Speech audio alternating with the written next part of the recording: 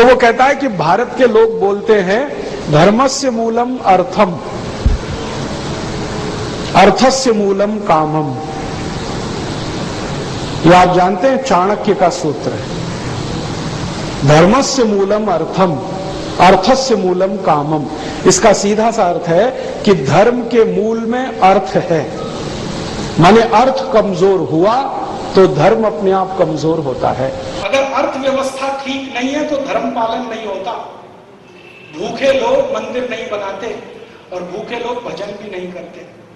पेट भरा हुआ होना चाहिए, समृद्धि होनी चाहिए, तब मंदिर बनते हैं, तब मठ बनते हैं, संस्थाएं बनती हैं, धार्मिक काम होते हैं। तो अर्थ जितना मजबूत होगा धर्म उतना फैलेगा, अर्थ जितना कमजोर होगा धर्म उतना कमजोर होगा। भारत जब जब आर्थिक रूप से मजबूत था तो भारत की धर्म ध्वजा पूरी दुनिया में फैलती थी। भारत सोने की चिड़िया जब था तो भारत का धर्म दुनिया के 50 देशों में गया। बौद्ध धर्म गया, जैन धर्म गया, सनातन धर्म गया। और ये दुनिया भर में देखा जाता है, जिन देशों की अर्थव्यवस्था कमजोर है उन देशों का धर्म कमजोर ही होता है। जिन देशों की अर्थव्यवस्था मजबूत है उनका धर्म भी मजबूत होता है। आप देख लो, यूरोप और अमेरिका की अर्थव्यवस्था मजबूत है तो ईसाईयत पूरी ताकत से लगी हुई है सारी दुनिया में। अरब देशों की अर्थव्यवस्था पिछले 30 साल में मजबूत हुई है। 30 साल पहले तो उनको कोई जानता पहचानता नहीं था, 30 साल में उनकी अर्थव्यवस्था मजबूत हुई है। तो इस्लाम को देख लो आप, कैसी ताकत से दुनिया के सामने अभी खड़ा हो रहा है। आज का अखबार आप पढ़ो तो जॉर्ज बुश को धमकी दे रहा है अल जवाहिरी, एक इस्लामिक आतंकवादी संगठन का कार्यकर्ता, अमेरिका के राष्ट्रपति को धमकी दे रहा है क्योंकि उसकी आर्थिक ताकत इतनी मजबूत है। उसको मालूम है कि उसके देश में से कितना पेट्रोल और डीजल दुनिया भर में बिक रहा है और कितनी इनकम उसको आ रही है। उसकी ताकत पर वो जॉर्ज बुश को धमकी दे रहा है। और हमारे देश के प्रधानमंत्री और राष्ट्रपति का तो दम निकल जाता है हिंदू भारतीय शब्दों का उपयोग करने में। क्यों? आपकी आर्थिक शक्ति कमजोर है तो धर्म तो कमजोर होने ही वाला है। हमारी आर्थिक शक्ति इतनी कमजोर है कि अमेरिका अगर हमको कर्ज देना बंद कर दे तो यहां बजट नहीं बन सकता इस देश का। महाराष्ट्र सरकार अगर कल से संकल्प ले ले कि कर्ज नहीं लेंगे तो महाराष्ट्र के सरकारी कर्मचारियों को पगार नहीं मिल सकती, इतना कमजोर है महाराष्ट्र। 1 लाख करोड़ रुपए का कर्ज है महाराष्ट्र पर और 1 साल की जो आमदनी है महाराष्ट्र की उसका 50% कर्जे के ब्याज में खर्च हो रहा है महाराष्ट्र को।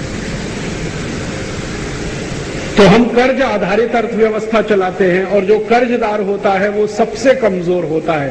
साहूकार के सामने आंख में आंख डाल के बात नहीं कर सकता। तो चूंकि हमारी अर्थव्यवस्था कमजोर है इसलिए धर्म भी कमजोर है। और जिन देशों का धर्म कमजोर होता है वहीं के नेता धर्मनिरपेक्षता की बात करने लगते हैं। हमारे जितने नेता धर्मनिरपेक्षता का उच्चारण करते हैं ना सवेरे से शाम तक, दुनिया में कोई देश में नहीं होता ये उच्चारण। सऊदी अरब बहुत छोटा सा देश है, संयुक्त अरब अमीरात बहुत छोटा सा देश है, बहरीन, कुवैत, ओमान बिल्कुल शहर के बराबर के देश है, फिर भी डंके की चोट पर कहते हैं इस्लाम हम धर्म मानते हैं और इस्लामिक राज्य हमारा है। और आप संयुक्त अरब अमीरात या जैसे किसी भी देश में चले जाइए, मस्जिद में अजान जब होगी तो सारी दुकानें बंद करनी ही पड़ती हैं, भले आप हिंदू हो या ईसाई हो।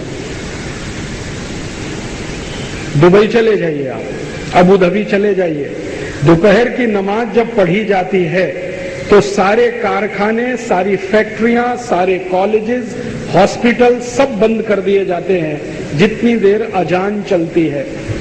और लाउड स्पीकर इतना तेज तेज बोलते हैं कि आपका कान फट जाए।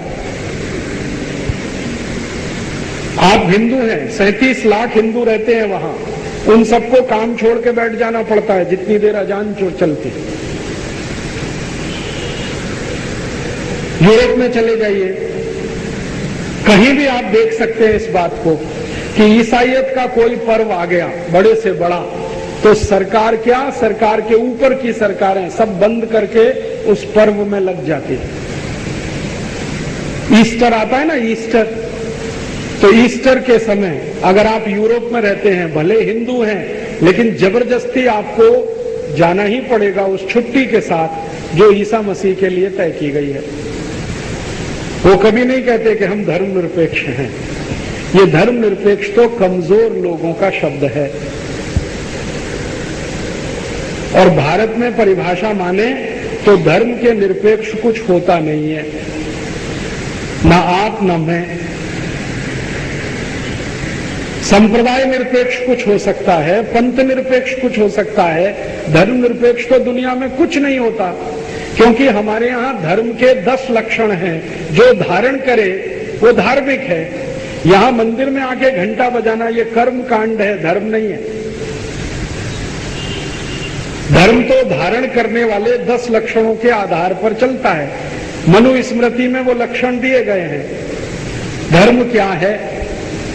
जो व्यक्ति उसको धारण करे उसके 10 लक्षण हैं, वही धार्मिक है। वो हिंदू हो, मुसलमान हो, ईसाई हो, पारसी हो, इससे कोई लेना देना नहीं है। जो उन लक्षणों को धारण करे वो धार्मिक है। ये हमारी परिभाषा है, लेकिन संविधान में बिल्कुल उल्टा है कि जो मंदिर में जाए घंटा बजाए वो धार्मिक है, कोई तिलक चंदन ऐसे लगाए कोई ऐसे लगाए वो धार्मिक। ये सब कर्म कांड है। और कर्म कांड करना इसलिए पड़ता है कि धर्म के साथ आप जुड़े रहें। अगर कर्मकांड नहीं होगा तो छूट जाता है सब कुछ। तो हमारे ऋषि मुनियों ने बहुत सोच समझकर धर्म को अलग किया, कर्मकांड को अलग किया। कर्मकांड जिंदगी का हिस्सा बना दिया ताकि आप उससे अलग ना हो जाएं, और धर्म बता दिया कि ये लक्षण हैं, इनको आप धारण करो। मनुस्मृति में बिल्कुल स्पष्ट परिभाषा है, और इतनी सुंदर परिभाषा है कि दुनिया में कोई दे नहीं सकता उसको।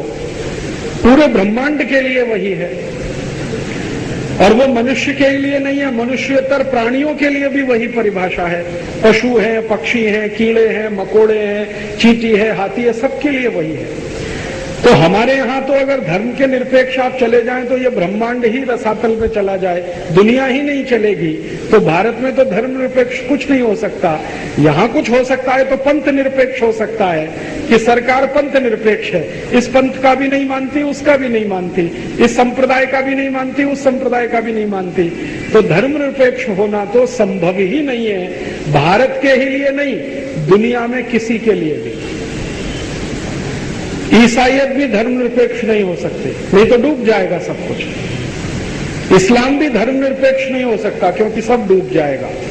धर्मनिरपेक्ष तो दुनिया में कुछ नहीं हो सकता। जो है वो धर्म के सापेक्ष ही हो सकता है, निरपेक्ष तो कुछ नहीं हो सकता। संप्रदाय निरपेक्ष कुछ हो सकता है, पंथ निरपेक्ष कुछ हो सकता है, लेकिन हमारे नेताओं को तो ये बात करने में भी डर लगता है। या तो वो बहुत कमजोर हैं या मूर्ख हैं, दो ही कारण हो सकते हैं। मुझे लगता है कि उनमें मूर्खता की पराकाष्ठा है नेताओं में। कमजोरी तो है, थोड़ी बहुत है, लेकिन मूर्खता की पराकाष्ठा है।